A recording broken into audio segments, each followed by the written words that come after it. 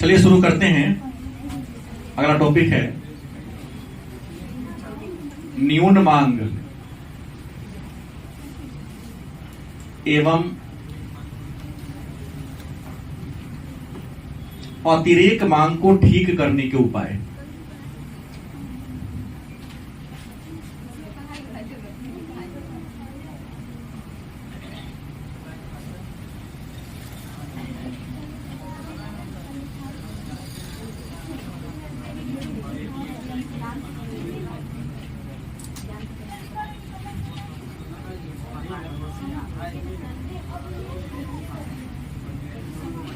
इस पाठ से प्रतिवर्ष एक प्रश्न आते हैं। जैसे कल के क्लास में हम लोगों ने पढ़ा था कि न्यून मांग क्या है, न्यून मांग की विशेषता क्या है और न्यून मांग के उत्पन्न होने के क्या कारण है।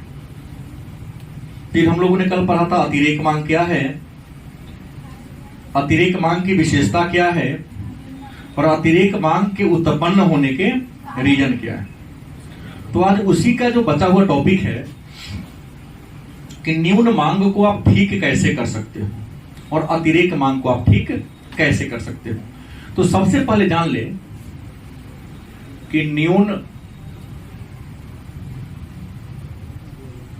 मांग को दूर करने के उपाय, दूर करने या ठीक करने के उपाय, या इसको आप सही करने के उपाय भी कर सकते हो।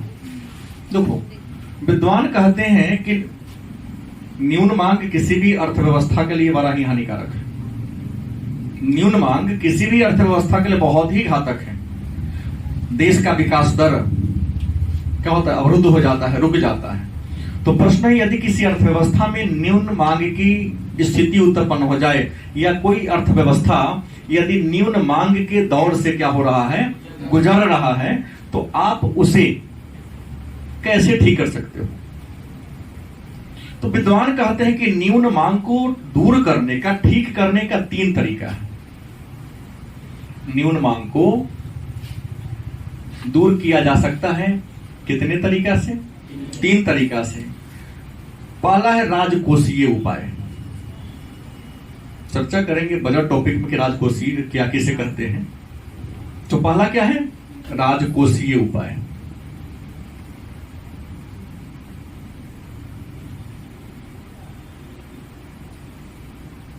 दूसरा क्या है? मौद्रिक उपाय।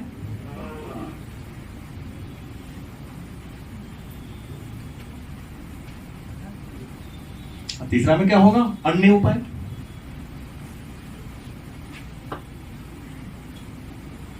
तो प्रश्न है कि न्यून मांग को हमको ठीक करना है।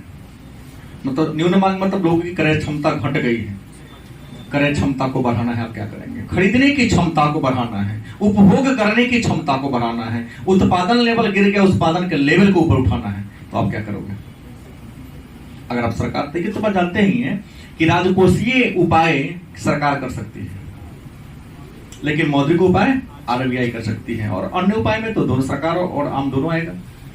तो पहले न्यून मांग को ठीक करने के राजकोषीय उपाय में आते हैं। तो राजकोषीय उपाय में सबसे पहले क्या करेंगे? सरकारी व्यय को बढ़ा देंगे। राजकोषीय उपाय हमने कहा कि सरकार करती है, तो न्यून मांग को ठीक करने का राजकोषीय उपाय क्या है? सरकारी व्यय को बढ़ाना। सरकारी व्यय को क्या करोगे आप? सरकारी व्यय कैसे बढ़ेगा? तो सरकार विभिन्न प्रकार की योजना लॉन्च करेगी, और विभिन्न योजनाओं को जब शुरुआत करेगी तो पैसा आएगा, लोग काम करेंगे, मजदूरी मिलेगा, लोगों के पॉकेट में पैसा आएगा, उनको खरीदने की क्षमता क्या होगी? आय होगी, तो खरीदने की क्षमता बढ़ेगी। तो पहला बात क्या करना होगा? सरकारी व्यय माने सरकार को अपना खर्चा बढ़ाना होगा। दूसरा,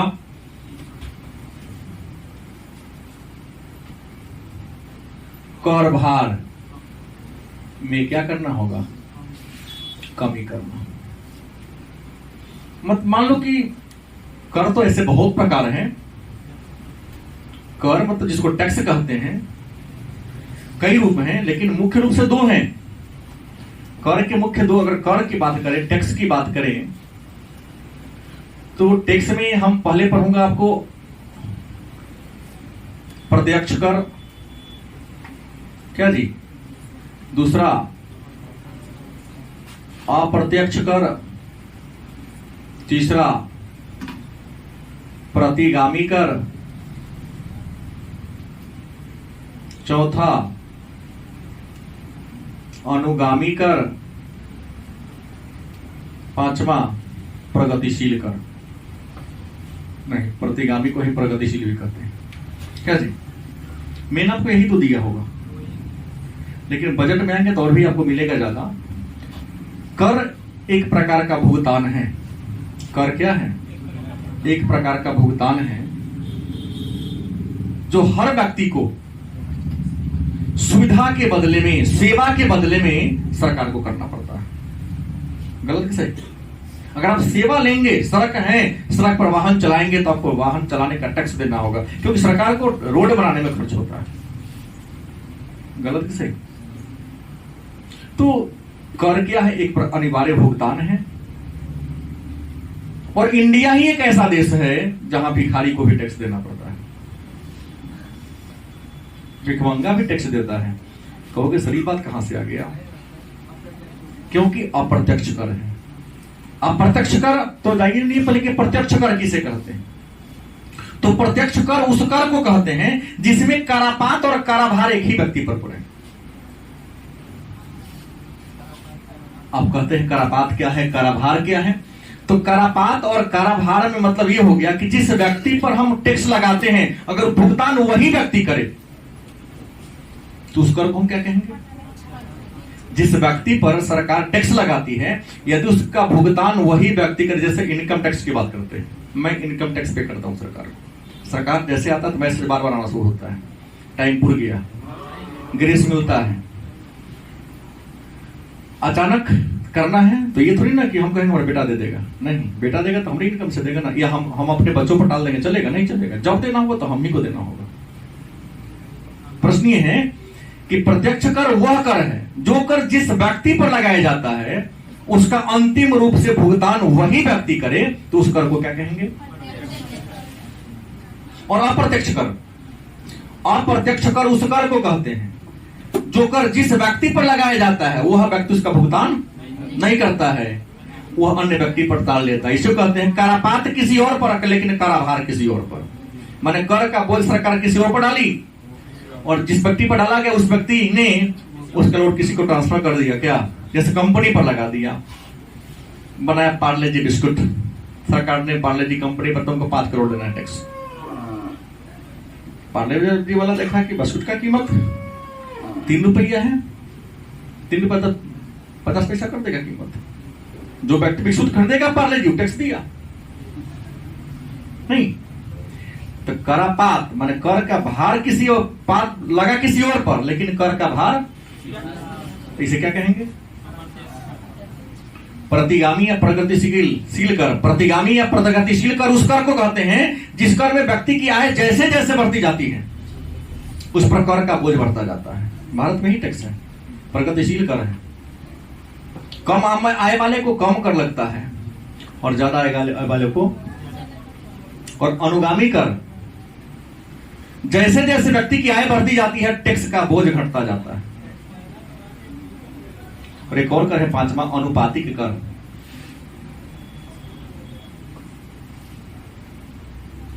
सभी आय वर्ग के लोगों पर एक ही प्रकार का टैक्स लगता है। जैसे 5 लाख कमाइए तो यो 10%, 50 लाख कमाइए तो यो 10% लगेगा। तो इसे क्या कहेंगे? अनुपात, समान अनुपात से लगने वाला कर। भारत में प्रगतिशील कर है जिनकी आमदनी कम है 5%, उससे बढ़ा 10%, उससे बढ़ा 20%, उससे बढ़ा 30% और उसको लेवल ही पार कर लिया तो 30% टैक्स पर भी टैक्स लगभग 42% उसको देना पड़ता है। ये लोग कोटी चोरी कर लेता है कि 100 कमाएंगे तो 42 रुपये टैक्स देना पड़ेगा, बचा कितना?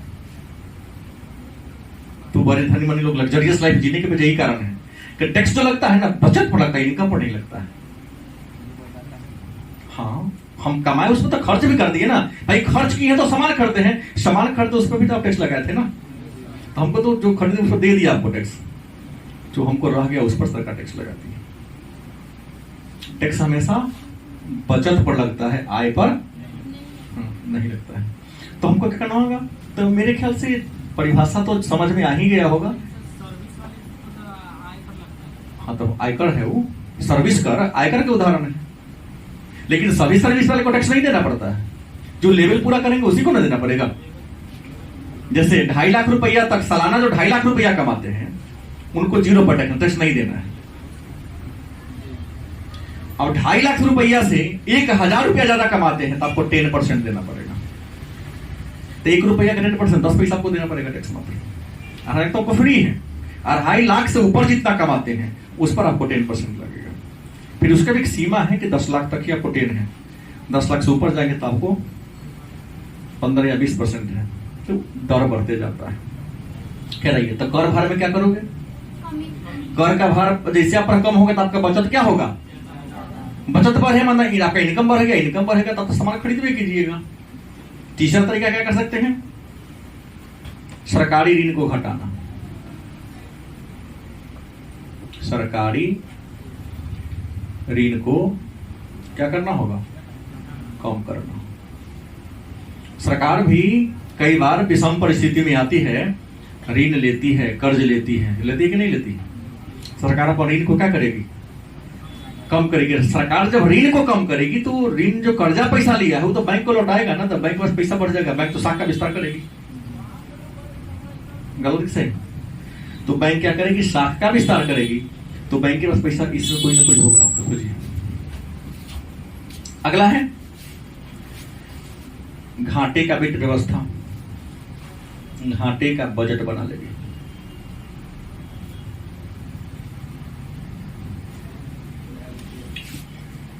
हो गया। घाटे का बजट मैंने सरकार जब बजट बनाएगी, बजट हम पढ़ाएंगे तो चर्चा मैं करूंगा। बजट के भी कई कैटेगरी हैं। एक होता है सरप्लस अतिरिक्त बजट, एक संतुलित बजट और एक घाटे का बजट। संतुलित बजट वह बजट है जिसमें व्यक्ति की, सरकार की आय और सरकार के व्यय दोनों बराबर है। नहीं, सरकार का आय और व्यय दोनों क्या हो जाए? संतुलित बजट उसे कहेंगे। लेकिन सरकार का व्यय ज्यादा हो और आय क्या हो, उसे क्या कहेंगे? हाँ, ऋणात्मक हो गया। और क्या होगा? सरप्लस माने अतिरिक्त बजट। सरकार का व्यय कम हो, आय ज्यादा हो, तो उसे क्या कहेंगे? कुछ पैसा बच जाता है ना। पिताजी ने आपको 100 रुपया दिया सामान खरीदने के लिए, 90 ही रुपये का सामान 10 रुपया आपको पॉकेट में रह गया ना, उसे कुछ अन्य काम कर सकते हो आप। सरकार यहाँ करेगी घाटे का बजट बनाएगी। जब सरकार के घाटा का बजट बनेगा तो घाटा का भरपाई करने के लिए कहीं ना कहीं सरकार पैसा लाएगी कि ना लाएगी? तो घाटे के बजट को पूरा करने के लिए मैक्सिमम बार सरकार हीनार्थ प्रबंधन करती है। क्या करती है? अब कहोगे सर हीनार्थ प्रबंधन का मतलब क्या होता है? तो हीनार्थ प्रबंधन का मतलब होता है कि जब सरकार बजटीय घाटा को पूरा करने के लिए नया नोट छाप ले। नया नोट छपाएगा तो मुद्रा तो आएगा ना। ये सब बातें बजट टॉपिक में चर्चा होगी विशेष। तो एक 2 नंबर का प्रश्न आपके सामने है।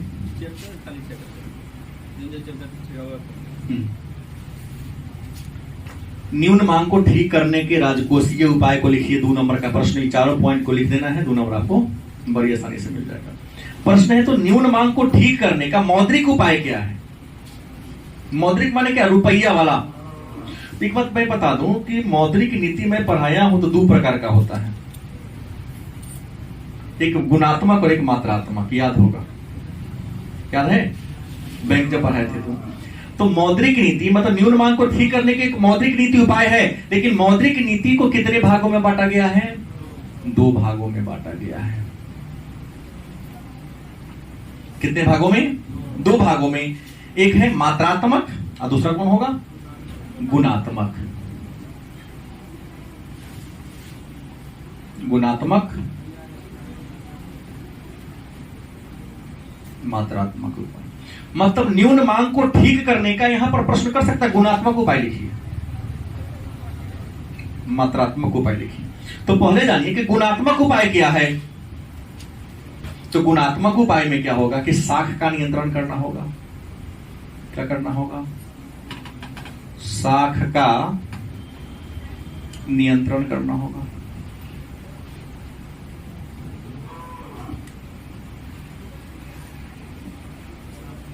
विश्वास, साख माने क्या होता है? विश्वास। फिक्स कर देना होगा कि ना कि अनलिमिटेड पैसा जाएगी बैंक से ले लीजिए, ऐसा नहीं, फिक्स कर देना होगा। दूसरा क्या करना होगा,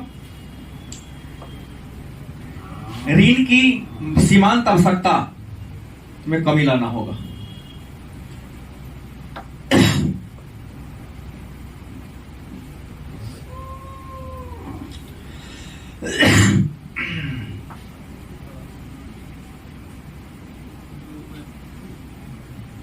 ऋण की सीमांत आवश्यकता क्या करना, कम करना होगा, क्योंकि आरबीआई कम करेगी तब ना व्यावसायिक बैंक के पास पैसा रहेगा।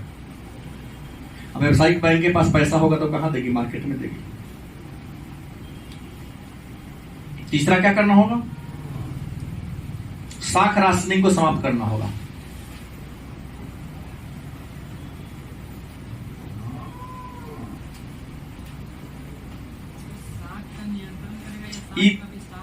यहां पर साख नियंत्रण या विस्तार होना चाहिए, हमने भी वहां गलती कर दिया है। और साख का विस्तार करने के लिए क्या क्या करना होगा, तो साख का विस्तार करने के लिए ये उपाय अपनाना पड़ेगा। यहां के लिए साख का विस्तार होना होगा। तो साख की राशनिंग को समाप्ति करनी होगी। साख की राशनिंग समाप्ति का मतलब क्या हो गया कि जब बैंक से आप कर्ज लेने जाते हो तो बैंक बहुत प्रकार का डिमांड करता है, ये डॉक्यूमेंट्स लाओ, वो डॉक्यूमेंट्स लाओ। इंसान क्या करता है, डॉक्यूमेंट्स को पूरा करते करते थक जाता है, छोड़ो बैंक से कर्ज नहीं लेते। गलत कि सही? क्या कहता है, साख की राशनिंग को क्या करना होगा, तोड़ देना होगा। नहीं कि आपको इतना कागजी प्रक्रिया में लोगों को दौड़ाना नहीं है। आधार कार्ड लेके आओ, पैसा लेके जाओ, तब जाके निर्माण ठीक होगा उसका। प्रत्यक्ष कार्यवाही भी करना होगा आपको।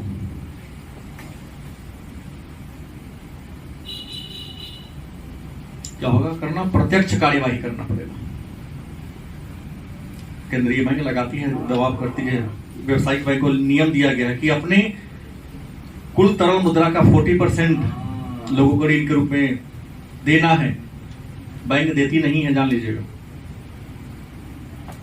तो आरबीआई को क्या करना होगा, प्रत्यक्ष डायरेक्ट वहां पर दूत भेजना होगा कि जाओ उसका देखो कि उसकी पूंजी कितनी है और उसने कितना लोगों को ऋण दिया है। नैतिक दबाव और भी कई बातें हैं। मात्रात्मक उपाय में क्या करेंगे, तो मात्रात्मक उपाय में पहला बात बैंक दर घटाना होगा। क्या करना होगा, बैंक दर क्या करना होगा। अब कोई बताएगा कि बैंक दर है क्या, बोलिए। आरबीआई जिस दर पर व्यापारिक बैंक को मुद्रा धन देता है उसी को बैंक दर। हाँ ठीक है, व्यापारिक मतलब केंद्रीय बैंक व्यापारिक बैंक को, बैठ जाइए, केंद्रीय बैंक व्यापारिक बैंक को जिस ब्याज की दर पर ऋण उपलब्ध कराती है उसे क्या करना हो, कहते हैं बैंकों को मिलने वाला ब्याज दर। तो जब आरबीआई क्या करेगी, ब्याज दर कम कर देगी, तो व्यावसायिक बैंक सोचेगा कि आरबीआई में यहाँ पैसा जमा रखने से अच्छा है कि लोगों के दे दो बाजार में। गलत कि सही? क्योंकि उसके पास तुमको ज्यादा ब्याज मिलेगा, आरबीआई में रखेंगे तो कम मिलेगा, हमारा मुनाफा घटेगा, फिर हमारे रोजगार पर तलवार अटकना शुरू हो जाएगा। क्योंकि मुनाफा बैंक का बढ़ेगा तब ना कर्मचारी का वेतन या सुविधा बढ़ेगी। तो यहां बैंक दर को क्या करना होगा, कम करना होगा। दूसरा, खुले बाजार में प्रतिभूति को बेचना होगा।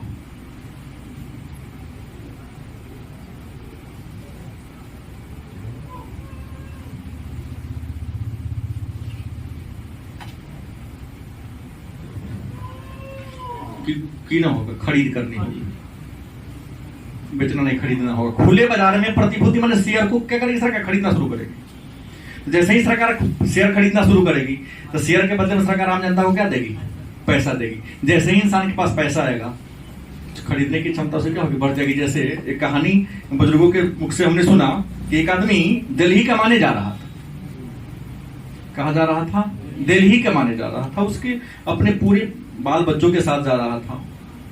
पटना स्टेशन पहुंचा, उसके बच्चे छोटे थे, जिद करने लगे, पापा तोता तोता खरीदो। आता है 10 रुपया 2 रुपया में तोता था, खिलौना वाला तोता।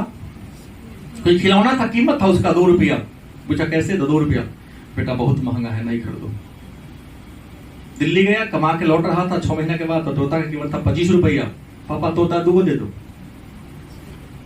मतलब पहले उसके पॉकेट में पैसा नहीं था तो 2 रुपया क्या था उसके लिए, बहुत महंगा था। जब कमा के लौटा, बेटा देखा तोता है, पापा तोता नहीं है, तो एक नहीं, जबकि कीमत 23 रुपया ज्यादा लिया उससे, एक पर 23 रुपया ज्यादा फिर भी लिया। तो जैसे ही प्रतिभूति खुले बाजार में खरीदना शुरू करेगी, लोग अपना प्रतिभूति शेयर को बेचेगा, उसको डायरेक्ट पैसा मिलेगा। जैसे डायरेक्ट पैसा मिलेगा, घटना क्या हो गई, खरीदने की क्षमता बढ़ेगी। उसके बाद सीआरआर कम करना होगा आपको। क्या जी, सीआरआर में कैश रिजर्व रेशियो,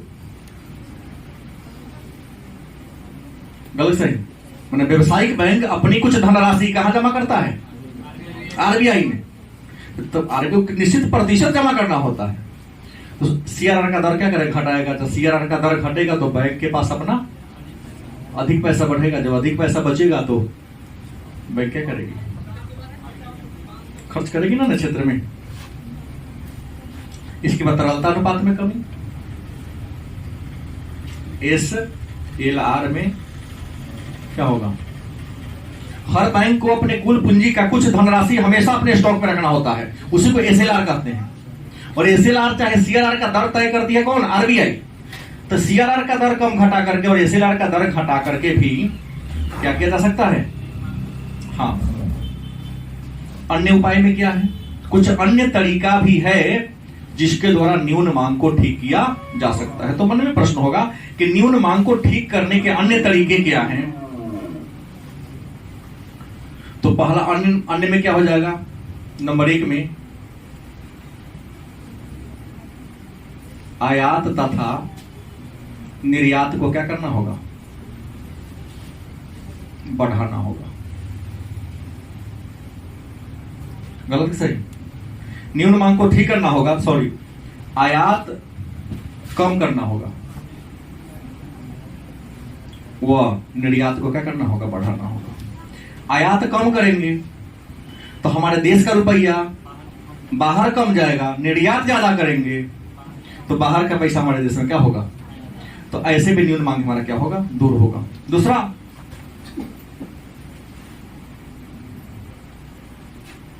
ऊंचा समर्थन मूल्य,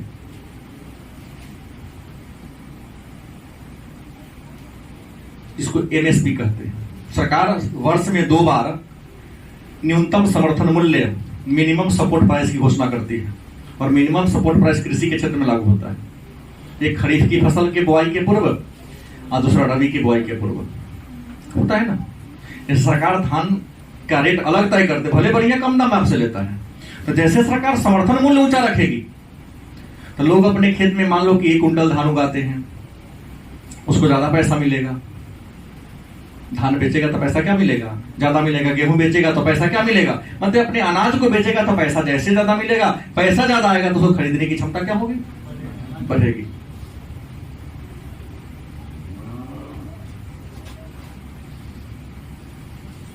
स्थिर मजदूरी दर, मतलब मजदूरी का दर फिक्स करना होगा, क्योंकि मजदूरी में अगर उतार चढ़ाव होगा तो लोगों को खरीदने में परेशानी होगी। गलत कि सही? इसलिए मैक्सिमम आदमी सरकारी जॉब के पीछे क्यों भागता है, क्योंकि वहां मजदूरी का दर फिक्स है, आपको उतना मिलेगा, उसमें आपका लाइफ स्टाइल बहुत अच्छा है। और हम लोग का लाइफ अच्छा इसलिए नहीं है, कभी बहुत ज्यादा आता है, कई बार महीनों में कुछ नहीं आता है। गलत सही? इसलिए लोग ज्यादा अर्न कमा कर भी संतुष्ट नहीं है। और नौकरी सरकारी 20,000 के भी महीना फिक्स अगर आपका है तो वहां आपका लाइफ बहुत ज्यादा अच्छा है, क्योंकि हर महीना फिक्स तो है कि हाँ 20,000 आना ही है। यहां तो कई बार 20 रुपया भी नहीं आना है, लेकिन खर्च तो जो है सो बढ़ेगा, घटेगा नहीं। तो प्रश्न क्या है, ये उपाय है। अब आपके सामने एक प्रश्न होगा कि अतिरेक मांग को ठीक करने के उपाय। एक नया प्रश्न क्या होगा, लास्ट प्रश्न, अतिरेक मांग को ठीक करने के उपाय। मतलब अतिरेक मांग हो गया, लोग वस्तु का डिमांड क्या कर रहे हैं, वो ज्यादा कर रहे हो, उसको ठीक करने के कितने उपाय हैं? तो अतिरेक मांग को भी ठीक करने को ही 3 ही उपाय हैं। जस्ट हर बात यहां पर उल्टा होगा। तो अतिरेक मांग को भी ठीक करने के 3 उपाय हैं। पहला क्या है? राजकोषीय उपाय। क्या है? राजकोषीय उपाय। दूसरा क्या है? मौद्रिक उपाय।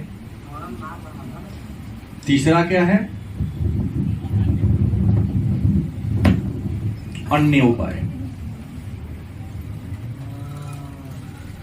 तो प्रश्न है कि न्यून मांग को ठीक करने के ये जो अतिरेक मांग को ठीक करने के जो उपाय हैं, इसमें सबसे पहले आता है राजकोषीय उपाय। क्या है? तो क्या होगा? सरकारी व्यय यहां पर क्या लिखा हूं, बढ़ाना होगा। यहां पर क्या लिखेंगे? सरकारी व्यय में क्या करना होगा? कमी करना होगा। दूसरा क्या है? कर भार में कमी है, तो कर भार में वृद्धि करना पड़ेगा। तीसरा क्या है? सरकारी ऋण को कम करना। यहां क्या लिख देंगे? सरकारी ऋण को बढ़ाना आप कर सकते हैं, बढ़ाकर कर सकते हैं। चौथा क्या है? घाटे के बजट। यहां क्या लिखोगे? अतिरेक, जिसको हम बचत का बजट भी कह सकते हैं। बचत का बजट बना करके जस्ट अपोजिट ही करना पड़ेगा आपको, दूसरा कुछ नहीं है। इसको लिखना कोई बड़ी बात नहीं है। फिर मौद्रिक उपाय में, तो मौद्रिक उपाय में भी यहां 2 बातें होगी। यहां भी मौद्रिक उपाय में कितनी होगी? 2 भाग में बांटेंगे इसको हम। मौद्रिक उपाय को भी 2 भाग में बांट लो आप। पहला गुणात्मक और दूसरा क्या है? मात्रात्मक। तो प्रश्न है कि मौद्रिक उपाय में, गुणात्मक उपाय में क्या करेंगे आप? तो गुणात्मक में आपको करना क्या पड़ेगा? साख नियंत्रण करना होगा। मूलतः एक शब्द से ही काम चल सकता है क्या जी? और साख के नियंत्रण करने में क्या करना होगा? साख नियंत्रण में लेकर ऋण की सीमांत मार्जिन आवश्यकता को यहां कमी है, तो यहां क्या करना होगा? वृद्धि करना पड़ेगा। साख की राशनिंग को समाप्त करने की बात करता है, तो साख की राशनिंग को बढ़ाना पड़ेगा। भाई कर्ज लेने जाओगे तो कुछ शर्त पूरा करना पड़ेगा। प्रत्यक्ष कार्यवाही छोड़ देगा, नहीं करेगा। गलत कि सही? मात्रात्मक उपाय में क्या करेगा? यहां लिख दिया हूं बैंक दर करण बढ़ाना। क्या लिखोगे? बैंक दर बढ़ाना पड़ेगा आपको। इसके बाद क्या होगा? प्रतिभूति को खरीदना पड़ेगा आपको। सरकार आम जनता से प्रतिभूति क्या करी? खरीदेगी। फिर क्या क्या करना होगा? CRR एंड SLR बढ़ाना पड़ेगा। गलत कि सही? फिर अन्य उपाय में आए थे थोड़ा कि अन्य उपाय में क्या करना होगा, तो सीधा है यहां पर अन्य उपाय में आयात को बढ़ाना पड़ेगा। आयात में वृद्धि करो, निर्यात में क्या कर दो? कमी कर दो। MSP कम कर दीजिए। परिवर्तित मजदूरी दर का फ्लक्चुएट होने दो, ऊपर नीचे होने दो, क्योंकि मजदूरी दर फ्लक्चुएट होगा तो लोग टेंशन में आएगा कि सामान खरीदे या ना खरीदे। नहीं, कई बार सोचते सोचते तो आपको जाके खड़े करना पड़ता है। आज जिसका फिक्स होगा चलो खरीदते, अगला महीना में आएगा उसे ये कम कर लिया जाएगा, यहाँ फिक्स नहीं होगा। तो ये न्यून मांग और अतिरेक मांग को ठीक करने के उपाय को हम लोगों ने क्या कर लिया, पढ़ लिया। तो ये टॉपिक भी आज मेरा क्या होता है, एंड होता है।